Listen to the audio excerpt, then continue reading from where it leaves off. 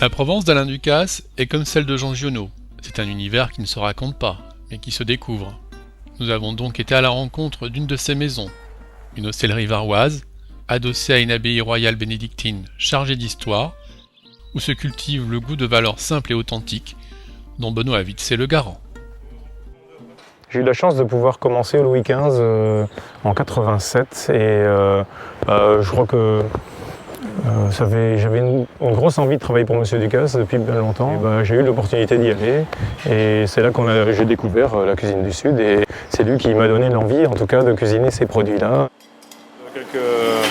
Quelques figues avec des cèpes, on récupère d'abord le gras du foie gras qu'on a poêlé et pour bien parfumer la cocotte, on cuisine une feuille de figuier. Voilà. En fait, j'essaie d'être le garant de sa cuisine et à travers nos produits de région.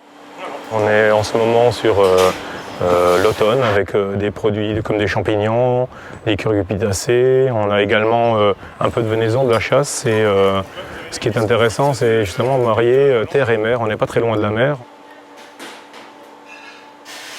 Donc c'est vraiment, on travaille vraiment sur la fraîcheur et sur les produits du moment et locaux de préférence.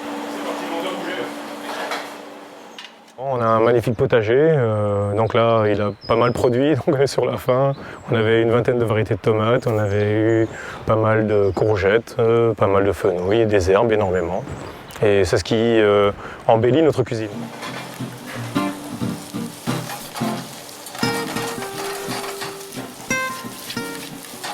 On fait un plat à base de différents légumes, oignons, un peu de carottes de différentes couleurs, un peu de céleri encore et un légume barigoule avec un peu de lard et un peu de brousse des roves. Voilà. On est un peu une pépinière pour démarrer avec des jeunes, de les mettre, de leur donner l'envie, le goût des produits, le goût de cuisiner. Et, oui, en fait, on a plusieurs casquettes et en tout cas, on essaie de faire ça au mieux.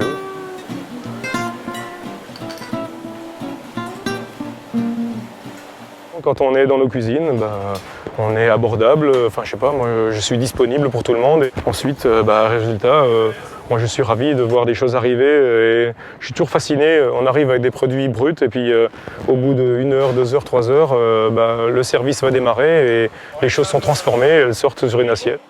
Je prends toujours autant de plaisir à préparer et à voir ça. Et c'est vrai qu'avec les collaborateurs, je suis assez ouvert et je les laisse aussi, à partir du moment où les produits sont dans l'assiette, je laisse aussi les finitions, les dressages à d'autres personnes qui ont une main un peu plus légère et plus fraîche que moi. Voilà. Donc c'est vrai que c'est bien aussi de se nourrir des autres, quoi.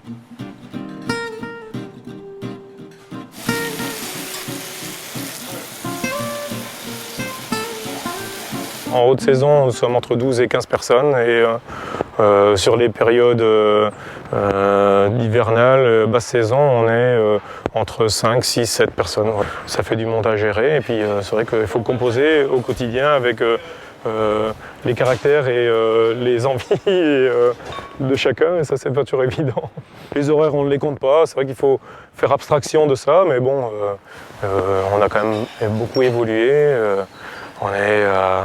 on a d'autres conditions de travail et puis tout est amélioré, on a de nouvelles modes de cuisson, donc les choses évoluent et on est loin du moment où on chargeait les fourneaux avec le charbon. Et j'ai pas connu ça, mais quand on m'a raconté des histoires, je dis, bon, on a passé beaucoup de temps en cuisine pour faire autre chose que de la cuisine aussi.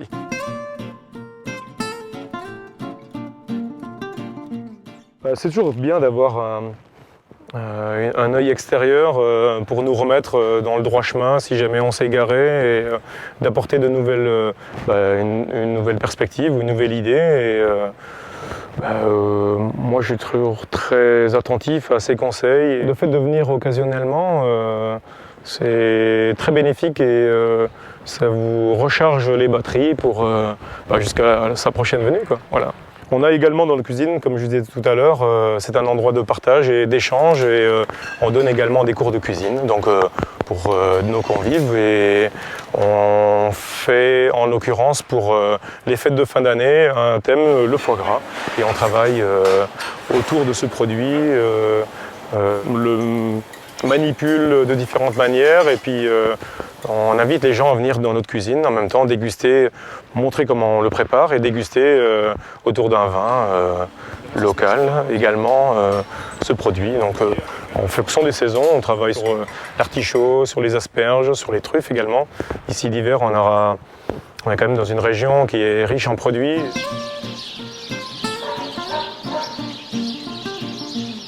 Les jeunes ont besoin de voir aussi. Je trouve que c'est important d'ouvrir nos maisons, de pouvoir les accueillir. C'est ce qu'on fait aussi à travers des stages par l'intermédiaire d'écoles. Et moi je dis simplement, venez nous voir et puis faites une petite période chez nous et puis on verrait comment ça se passe. Et voilà, enfin rien à cacher, tout est ouvert. Et voilà, je crois que ce qui est important, c'est d'aimer aimer ce métier, aimer ce qu'on fait et puis faire plaisir, quoi. C'est une cuisine, c'est un endroit de partage et d'échange et en tout cas, il faudrait que ce soit comme ça partout et en même temps faire plaisir aux gens. Dans cette philosophie, la partie hôtelière de l'abbaye de la Selle est également hors du commun. L'hostellerie de l'abbaye de la Selle est un ancien couvent de nonnes bénédictines du XIIe siècle que M. Ducasse a racheté en 1999. À l'époque, il y avait beaucoup de travaux à réaliser et la décoration, le thème de la décoration était un décor provençal. Et en 2010, hiver 2010, M. Ducasse a fait appel à Tonia Perrault, décoratrice qui avait déjà effectué des travaux de rénovation à la Bastide de Moustier, pour rafraîchir et transformer un petit peu l'ambiance de l'hostellerie de l'abbaye de la Selle.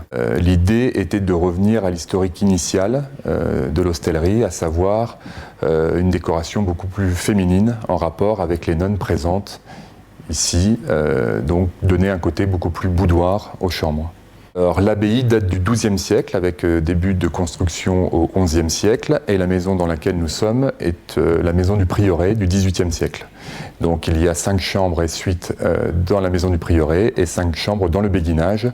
Le béguinage étant l'endroit, les cellules de recueillement des nonnes. Madame Fournier, l'ancienne propriétaire de l'île de Porquerolles, a fait venir des hôtes de marque ici. Lorsqu'elle a racheté en 1938, elle l'a rapidement transformé en hôtel et elle a fait venir entre autres le général de Gaulle qui est venu écrire ses mémoires ici à plusieurs reprises et afin de visiter également son fils qui était amiral à Toulon. Alors Madame Fournier a fait appel à un menuisier local de Brignoles qui s'appelle Dutot pour réaliser un lit sur mesure en bois de 2010 de long puisqu'on l'appelait le grand homme et nous avons gardé ce lit qui est toujours dans une de nos chambres. Ce qui ressort beaucoup de cette maison, c'est la quiétude.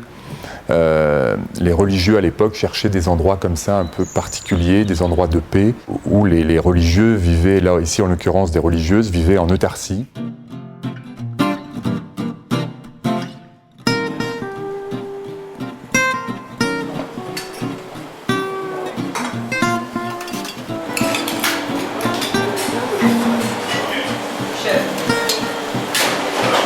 On arrive à le rouge à Manu.